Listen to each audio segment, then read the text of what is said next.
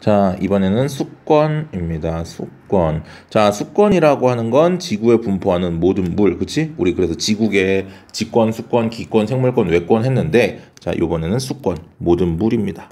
자, 여기서 물이라는 건 고체하고 액체 상태를 합쳐놓은 얘기고요.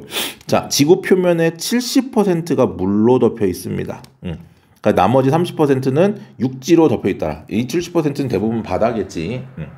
자, 그런데 덮여 있는 건 이만큼인데 문제는 전체 해수는 전체 97.47%는 해수. 근데 학교에서 어떤 선생님들은 이거를 잘 안 보이네. 97.2%라고 하시는 선생님들도 계실 거야. 혹시 모르니까 학교에서 우리 선생님은 어떻게 말씀하셨는지 잘 보고 확인해 두십시오. 97.2%. 그 다음 담수는 2.8%, 2.53이라고 하는 분도 계시고 2.8이라고 하는 분도 계실 거고. 자, 그 다음 빙하 같은 경우는 1.76이나 아니면 2.1% 둘 중에 하나. 그러니까 선생님이 지금 얘기하는 퍼센트를 전부 다 얘기하시는 분들이 계실 거고, 아니면 지금 책에 나와 있는 97.47, 2.53, 1.76, 0.76 이렇게 얘기하시는 분들도 계실 거고, 만약에 이렇게 얘기하셨다면 지하수는 0.67%, 그리고 호수 하천수는 0.03% 이렇게 말씀을 하실 거예요. 어찌됐건 우리가 이 퍼센트가 중요한 게 아니야. 사실은 제일 중요한 건 해수가 가장 많다라는 거, 그 다음 나머지는 전부 다 담수라는 거. 근데 선생님 예전에 한번 얘기했었을 거예요. 원래대로라면 해수하고 육수로 나눠야 되고, 그 다음에 염수와 담수로 나눠야 한다고 얘기했었어. 해수는 바닷물, 육수는 육지에 있는 물. 그러니까 사실 빙하, 지하수, 호수, 하천수는 전부 육수에 포함되는 게 맞아. 그런데 왜 담수라고 하느냐? 염수는 짠물이고 담수는 안 짠물이야. 근데 일반적으로 해수하고 염수가 거의 어떻더라? 같더라. 완전히 같은 건 아니야. 육수 중에도 염수가 있습니다. 있기는. 그리고 그렇지만 육수는 대부분 담수지. 그러니까 육수하고 담수를 거의 같다라고 보는 거고. 그래서 육수 표현이 사실 육수 그러면 학생들이 조금 우스니까 해수하고 담수로 보통 이렇게 표현을 한다라는 거. 무슨 말인지 이해됐지? 자, 그럼 해수부터 가면 해수는요, 수권의 대부분을 차지하며 짠맛이 난다. 담수는 대부분 육지의 물을 얘기를 하고, 빙하가 가장 많다. 빙하가 가장 많으냐. 그러니까 1위, 2위만 알면 돼. 해수, 빙하, 해빙. 자, 빙하는 고체 상태의 물, 극지방과 고산지대에 분포하고요. 지하수는 땅속을 흐르는 물. 자, 빗물이 지하로 스며들어 생긴다. 이 얘기는 뭐야? 다시 재공급이 가능하다. 우리가 지하수를 써서 퍼 올리면 빗물이 다시 스며들어서 다시 채워준다라는 거지. 그 다음 호수와 하천수는 지표를 흐르거나 고여있는 물로서 매우 적은 양을 차지하지만 가장 많이 사용이 된다. 자, 그러면 이 수자원이라는 거, 수권에서도 우리가 자원으로서 활용할 수 있는 물을 보통 우리가 수자원이라고 하는데, 주로 담수 중에서는 호수와 하천수를 이용을 많이 하고, 부족한 경우는 지하수를 이용한다. 그리고 그렇지만 아까 얘기했던 것처럼 매우 적은 양이고, 그러니까 뭐 해야 돼? 절약하라 이거지. 그 다음에 해수는 짠맛이 나고 빙하는 얼어있기 때문에 직접 활용이 어려워. 그래서 이 해수 같은 경우는 보통은 어떤 대용량의 대량 냉각수, 그러니까 원자력 발전소 같은 거에서 냉각수를 이용한다거나, 아니면 해수 담수화를 통해서 염분을 제거해서 사용한다라는 거야. 얘들은 녹여야 되겠지? 그러니까 융해 작용이 필요하기 때문에 직접 쓰기는 어렵다. 자, 그러면 이제 이 수자원의 용도에 따라서 크게 4가지의 수자원이 있는데, 생활용수, 농업용수, 공업용수, 유지용수. 자, 생활용수라는 건 일상생활에 쓰이는 물입니다. 우리가 마시는 물, 요리하는 물, 세탁하는 물, 가정에서 사용하는 대부분의 물들이 바로 이 생활용수를 이용하는 거고, 두 번째 농업용수는 농업활동.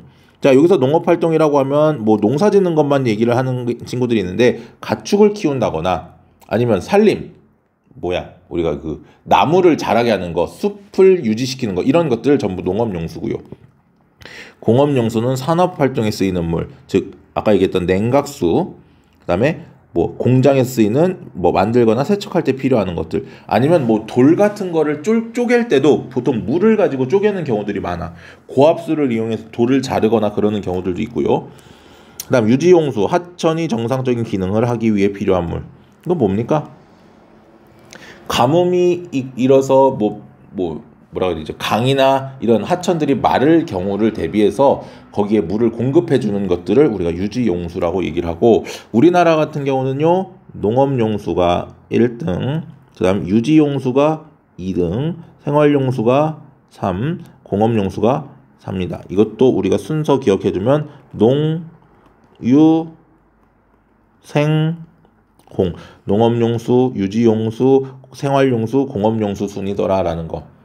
순서를 다 알아두면 사실 좋겠지만 최소한 2개 정도, 아까도 얘기했었던 해수와 빙하, 그리고 농업용수, 유지용수 정도 2개 정도는 반드시 좀 알아두면 좋겠고요.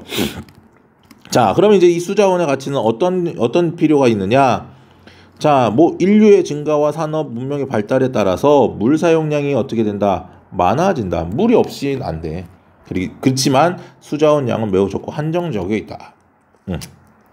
지하수는 아까 얘기했지, 빗물이 스며들어 채워지기 때문에 지속성을 갖는다. 지속성. 근데 너무 많이 쓰면 선생님이 지난번에 얘기했던 것처럼 지층이 가라앉을 수가 있기 때문에 어느 정도 용량을 조절해 가면서 사용을 해야 되는 거고, 자, 수자원을 관리하기 위해서는 이런 식으로 안정적으로 확보하는 방법, 댐이라던가 지하수 개발, 해수 담수화, 그리고 아까 얘기했던 것처럼 오염 방지와 절약, 이런 방법으로 우리가 수자원을 이용을 해야 된다. 바로 넘어갑니다. 자, 그 다음에 이제 해수의 수온, 해수의 특성은요, 크게 수온과 염분이 있어요. 이제 고등학교 올라가면 밀도라는 것도 있긴 한데 그거는 나중 얘기니까 일단은 수온과 염분을 보면 해수의 첫 번째 표층 수온에 대해서 알아야 되고요. 그 다음에 연직 분포에 대해서 알아야 된다. 연직 수온 분포. 그래서 표층 수온 분포는 위도에 따라서 나타나는데 그 이유는 태양 에너지, 다른 말로 태양 복사 에너지라고 해서, 자, 해수의 수온이 어떻게 된다? 태양 에너지를 많이 흡수할수록 높아지겠지. 당연히 어느 쪽이, 요렇게 저위도 쪽이 가장 태양 복사 에너지를 많이 흡수하니까 온도가 높을 거야.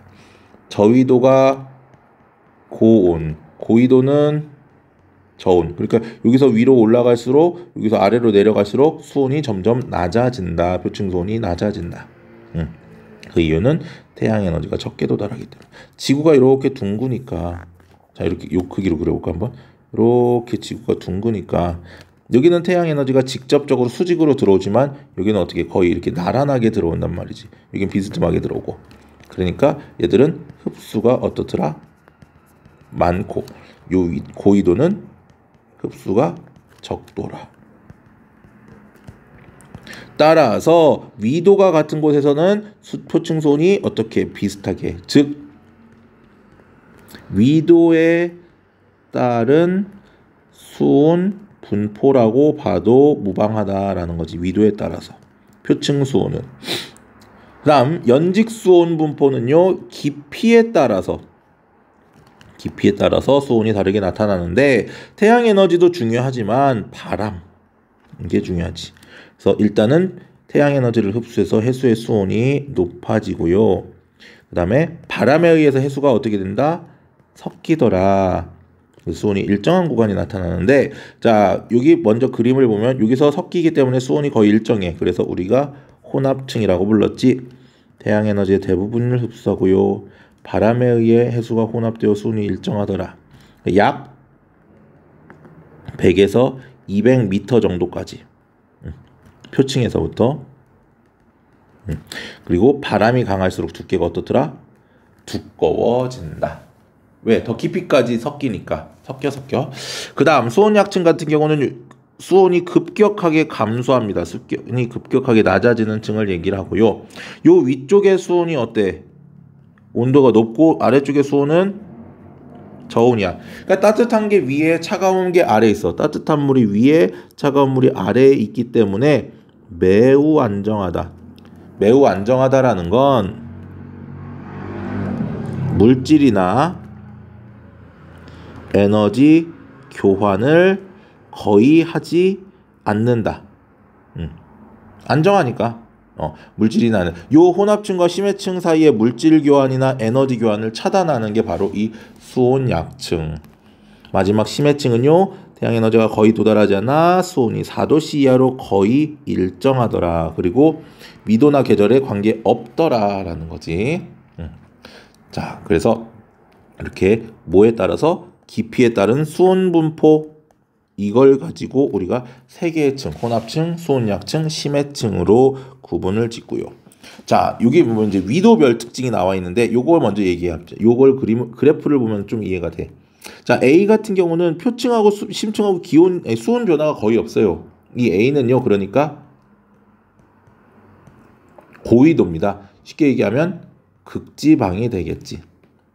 그 다음 반면에 C 같은 경우는 어때? 여기는 굉장히 높지만 여기는 작고 수온 약층이 매우 발달해 있지? 얘들은 저위도, 즉 적도 지방입니다. 자, 이 저위도 같은 경우는요, 혼합층이 얇아요. 왜? 바람이 어떻더라? 약합니다. 그리고 얘들은 표층 수온이 혼합층, 층상 구조가 나타나지 않는 거, 고위도. 가운데 있는 요 녀석은 혼합층이 매우 잘 발달해 있고 수온 약층도 있어. 이렇게, 그치? 얘들은 중위도, 혼합층이 가장 두껍게 나타난다. 그래서 보면 표층 수온이 높고요, 심해층과 수온 차이가 가장 크더라. 혼합층이 얇게 나타난다. 바람이 강해서 혼합층이 가장 두껍게 나타난다. 표층 수온이 매우 낮고 층상 구조가 나타나지 않는다. 라는 거 알 수 있고, 자, 다르게 조금 표현을 해보면 이런 것도 있어. 중위도 지방에 겨울철 같은 경우는 이렇게, 이게 겨울. 우리나라 중위도. 그 다음에 여름은 표층 온도가 높고 이렇게 나타나. 이게 여름. 그 다음 봄, 가을 같은 경우는 표층 온도는 여름보다 좀 낮고 더 이렇게 해서 이렇게 나타나. 이거는 봄, 가을. 그러니까 여기 보면 저위도는 중위도 지역의 여름도 이런 비슷한 날씨가, 고위도의 수온 분포는 중위도 지역의 겨울의 수온 분포하고 비슷하고, 그냥 여기는 봄과 가을의 수온 분포가 요거랑 되게 비슷하더라라는 거 알겠지? 자, 넘어갑니다. 자, 그 다음 해수의 염분은 자, 염류, 해수에 녹아있는 여러가지 물질들을 우리가 염류라고 얘기를 하고요. 염화나트륨이 가장 많고, 이것도 순서 알아야 되겠지?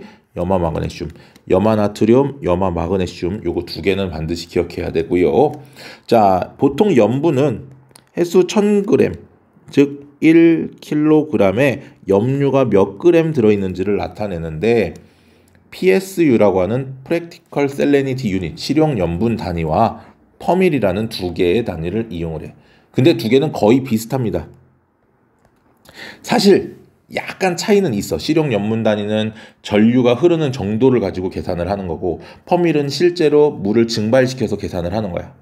그러니까 퍼밀이 사실 더 정확하긴 한데 물을 다 증발시킬 수가 없으니까 요즘에는 실용 염분 단위를 더 많이 이용한다라는 거고, 전 세계 해수의 평균 염분은 35 PSU 정도 되더라. 그러니까 1000g에 35g이 있더라.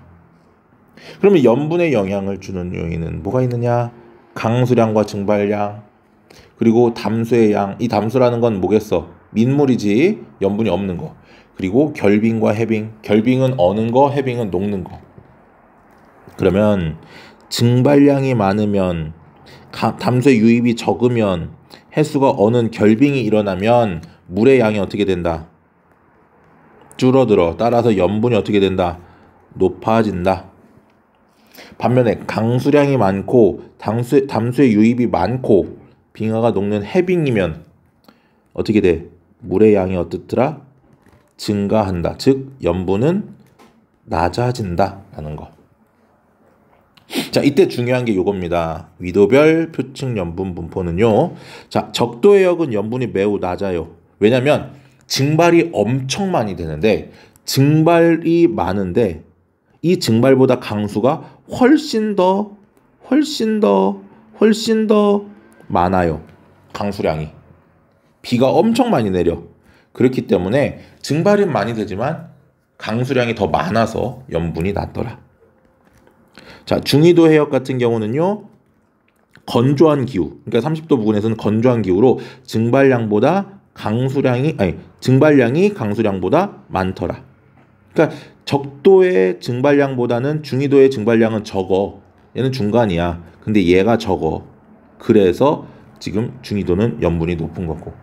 극지역 같은 경우는 빙하가 높기 때문에 염분이 낮은 거고. 자, 이걸 가지고 우리나라의 주변을 보면 우리나라는 약 33 PSU로 조금 낮은데 이거보다 중요한 건 요 두 개야. 강수량이 많은 여름철, 장마. 그래서 여름철이 겨울철보다 염분이 낮고요. 두 번째, 담수의 유입이 많은 황해. 황해가 뭐다? 동해보다 염분이 낮더라. 왜? 강물이 많이 유입되기 때문에. 알겠습니까? 그다음 마지막 염분비 일정 법칙입니다. 지역이나 계절에 따라 염분은 변합니다. 끊임없이 변하지. 여름이나 겨울이나. 그렇지만 염류 사이의 비율은 항상 어떻더라? 일정하더라. 그 이유는 이 해수는 끊임없이 순환하면서 계속 섞이기 때문에. 자, 이게 무슨 얘기냐면, 자, 북극해 같은 경우는 염분이 30 PSU, 동해는 33 PSU야. 그러면 북극해에서의 염화나트륨의 비율, 동해에서의 염화나트륨의 비율은 23.3 대 30은 25.6 대 33. 이 값이 어떻더라? 똑같다 이 말이야. 즉 북극해도 78%, 동해도 78%로 염화나트륨의 비율이 같더라. 이걸 우리가 뭐라고 불러준다? 염분비 일정의 법칙입니다. 이게 가장 중요한 거예요. 그래서 모든 해역에서의 염분비는 항상 일정하더라. 잘 기억해 두시고 이렇게 비례식으로 계산을 할 줄 알면 됩니다. 여기까지.